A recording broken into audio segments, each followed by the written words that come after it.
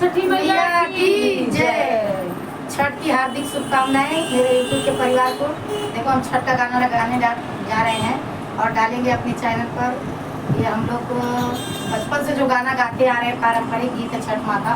अगर पसंद आए तो लाइक कीजिएगा, कमेंट करके बताइएगा हमारा छठ माँ का गाना और शेयर भी करिएगा। छठी माई के सजाब डाला हुआ गोदी में बालकवा हमार।